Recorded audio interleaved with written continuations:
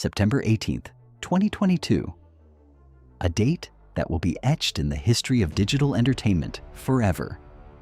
As the world slept, a series of notifications began to ripple through the internet. 90 videos, raw, unfinished, and deeply secret. The most anticipated game in human history, Grand Theft Auto 6, was being dismantled in real time on a public forum. Source code, internal development builds, the very blueprints of Vice City. All of it was leaking into the wild. Rockstar Games, a titan of the industry, was watching billions of dollars in market value evaporate with every refresh of the page. The FBI, Interpol, and the City of London police were instantly on high alert. They weren't looking for a common thief. They were looking for a professional cartel, perhaps a state-sponsored cyber army with millions in funding. But when they finally traced the signal, they didn't find a high-tech bunker. They found a teenager, an 18-year-old boy in a nondescript hotel room, armed with an Amazon Fire Stick, a hotel television, and a smartphone. His name was Arion Kurtaj, and he was about to prove that in the digital age, a single mind with a screen can bring the gods of Silicon Valley to their knees. This is the story of Lapsus Dollar. This is the code noir. Lapsus Dollar didn't emerge from the dark web's traditional elite. They didn't belong to the old guard of Russian or Chinese hacking groups. They were digital natives, teenagers who grew up in the chaos of Telegram and Discord. They didn't play by the established rules of cyber espionage. While other groups spent months looking for a zero-day vulnerability in a server, Lapsus Dollars looked for the vulnerability in the human heart. They mastered the art of social engineering. They understood that the strongest firewall is useless if you can convince a tired IT worker to click a single button at 3 in the morning. They started with Nvidia, then Samsung, then Microsoft and Ubisoft.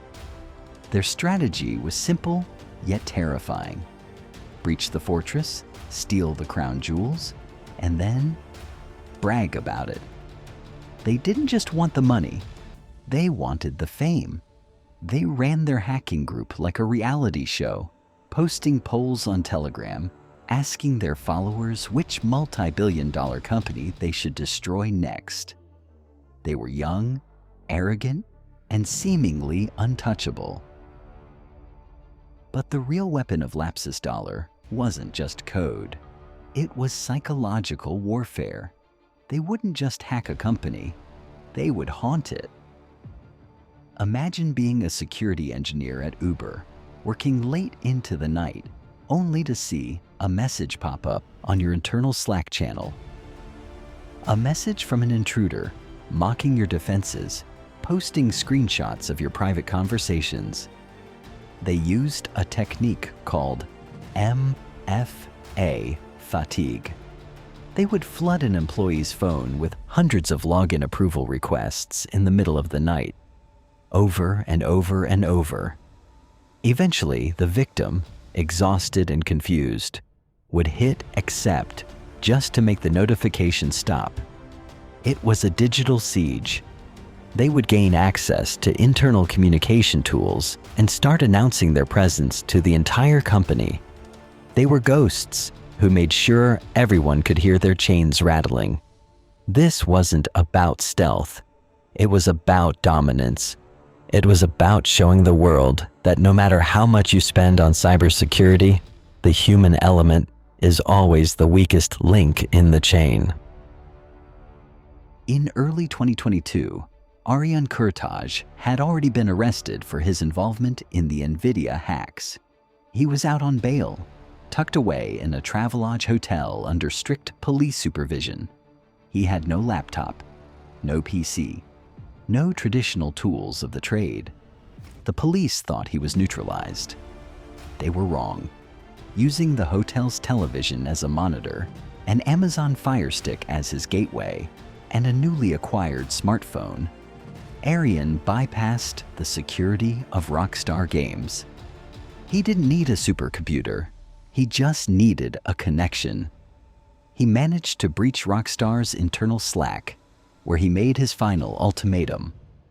"I am a leaker," he typed into the company-wide chat. "If Rockstar does not contact me on Telegram within 24 hours, I will release the source code." It was a hostage situation in the cloud. He was holding the future of gaming for ransom, all while sitting in a budget hotel, eating takeout, with the police just outside his door. The audacity was as brilliant as it was destructive. As Arion pushed deeper into Rockstar's servers, the Lapsus Telegram channel became the center of the digital world. Thousands of people watched in real time as the group leaked snippets of code and internal emails. But this public display of power was also their undoing. Every message, every boastful post, left a digital footprint. Cybersecurity firms and the FBI were not just looking for IP addresses anymore. They were analyzing linguistic patterns and OPSEC failures. They discovered that these masterminds were often making basic mistakes. They were teenagers, after all. They fought among themselves. They shared personal details in private chats that weren't as private as they thought. The syndicate was a house of cards built on the ego of brilliant but immature minds. While Arion was the technical genius behind the Rockstar breach, the group's chaotic structure meant that once the authorities got a single thread, the entire tapestry began to unravel. The digital shadows they called home were finally being illuminated by the cold light of the law. The trial of Arion Kurtaj was a landmark in the history of British law. A judge ruled that Arion was a genius with a compulsion to hack. He wasn't motivated by money as much as he was by the sheer thrill of the challenge. Because of his severe autism and his extreme danger to the digital public, he was sentenced to an indefinite stay in a secure hospital. He wouldn't go to a traditional prison, but he would never be allowed near a keyboard again.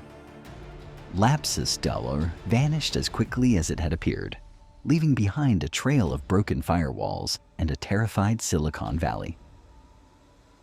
Arion Kurtaj showed us the terrifying reality of our era, that the walls we build to protect our data are made of glass.